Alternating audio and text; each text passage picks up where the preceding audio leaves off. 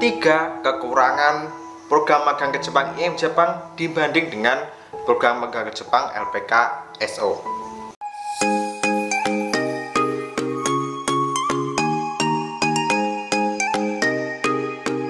Konnichiwa minasan, selamat datang lagi di channel EDP ini, channelnya Kensose dan X Magang. Oke, di video kali ini aku akan membahas 3 kekurangan program magang ke Jepang IM Jepang dibanding dengan program magang ke Jepang LPK SO. Di video kemarin aku ngebahas 3 kelebihannya. Nah, sekarang aku akan ngebahas 3 kekurangannya biar adil. Jadi teman-teman bisa mempertimbangkan kelebihan dan kekurangan, jadi kalian bisa memilih untuk ikutan program ini atau tidak. Kekurangannya pertama yaitu tes ketahanan fisik yang sangat berat. Nah, buat teman-teman yang fisiknya lemah dan kurang latihan, maka kalian tidak direkomendasikan untuk ikutan tes seleksi magang IM Jepang ini. Karena di tes ketahanan fisik itu ada lari 3 km selama minimal 15 menit, terus push up sebanyak 35 kali, sit up sebanyak 25 kali. Nah, itu adalah tes ketahanan fisik yang harus kalian lewati dan wajib sekali lulus untuk ikutan program magang IM Jepang ini. Kekurangannya kedua yaitu tes kesemaptaan yang sangat ketat. Nah, jadi di tes seleksi IM Jepang ini kalian dites kesemaptaannya, dicek dari ujung rambut sampai ujung kaki, bahkan gigi pun diperiksa, kulit pun diperiksa, bekas luka pun diperiksa. Dan kalian yang sudah mengalami patah tulang, kalian tidak bisa mengikuti tes ini. Ada juga lagi kekurangannya yaitu mereka yang matanya minus tidak bisa ikutan tes seleksi magang ke Jepang ini karena sangat ketat untuk tes kesemaptaannya.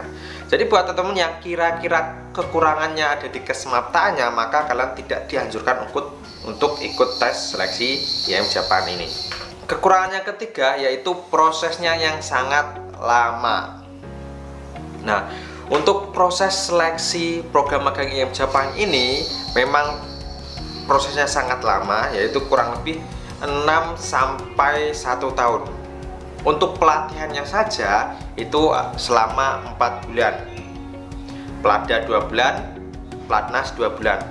Terus di jangka waktu tersebut kalian harus menunggu untuk jadwal tesnya, dari tes medikal, tes bahasa Jepang, terus memasuki pelada.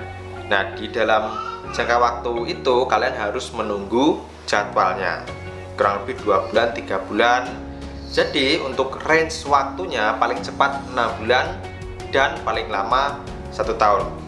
Beda jauh dengan yang LPK SO. Kalau LPK SO pelatihannya hanya 3 bulan dan tidak ada tes kayak tes fisik dan tes kesemaptaan.